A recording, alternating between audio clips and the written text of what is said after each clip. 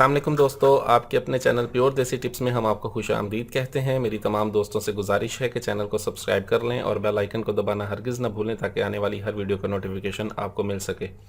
दोस्तों, आज का हमारा जो नुस्खा है वो ऐसे तमाम तर अफराद के लिए है जिनके रॉड में लंबाई नहीं है, जिनके रॉड में सख्ती नहीं है, जिनका रॉड बिल्कुल लागर हो चुका है, रॉड में बिल्कुल कुजी आ चुकी है, इंतशार आता है मगर बरवक्त ज़रूरत ढीलापन आ जाता है, नफ्स बिल्कुल ढीला ढाला हो गया है, नफ्स में पतला हो गया है, नफ्स में लंबाई नहीं है। तो ऐसे तमाम तर अफराद इस नुस्खे को इस्तेमाल करके अपने नफ्स में लंबाई, मोटाई, सख्ती और ताकत हासिल कर सकते हैं।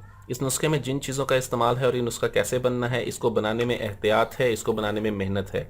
अगर आप इस नुस्खे को बनाने में मेहनत कर लेते हैं तो ये आपको बहुत ज़बरदस्त रिजल्ट देता है। ठीक है, इसलिए इसको वीडियो को मुकम्मल सुने ताकि कोई भी स्टेप मिस ना हो। और चलते हैं दोस्तों वीडियो की जानिब। हमने इसमें सबसे पहले जिस चीज़ का इस्तेमाल करना है वो है हिंग ईरानी। हिंग ईरानी हमने खालिस लेनी है। खालिस हिंग ईरानी का हम इसमें इस्तेमाल करेंगे 7 ग्राम।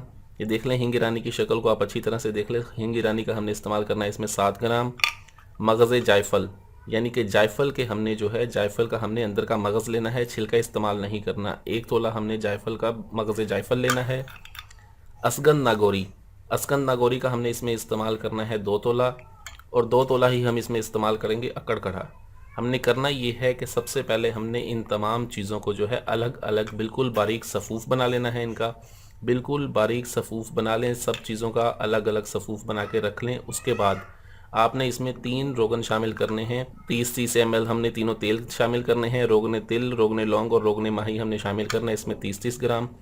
इन तमाम चीज़ों को जब हम अलग अलग बिल्कुल सफ़ूफ़ बना लेंगे तो इनको इकट्ठा कर लें। अब इनका तरीक़ाकार ये है, तरीक़ाकार में सुन लें कि आप इन तीनों तेलों को इकट्ठा करके मिक्स कर लें, यकजान कर लें।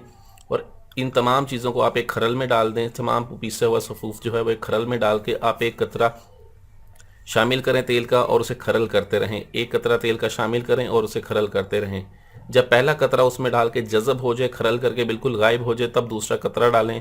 इसी तरह से आप ये पूरा तेल जो है एक एक कतरा डाल के खरल करें। जब आपका पूरा तेल इसमें शामिल हो जाए, ठीक है, समझें ये आपका जो तिला है तैयार हो गया। इसको आप 1 हफ़्ते के लिए पड़ा रहने दें।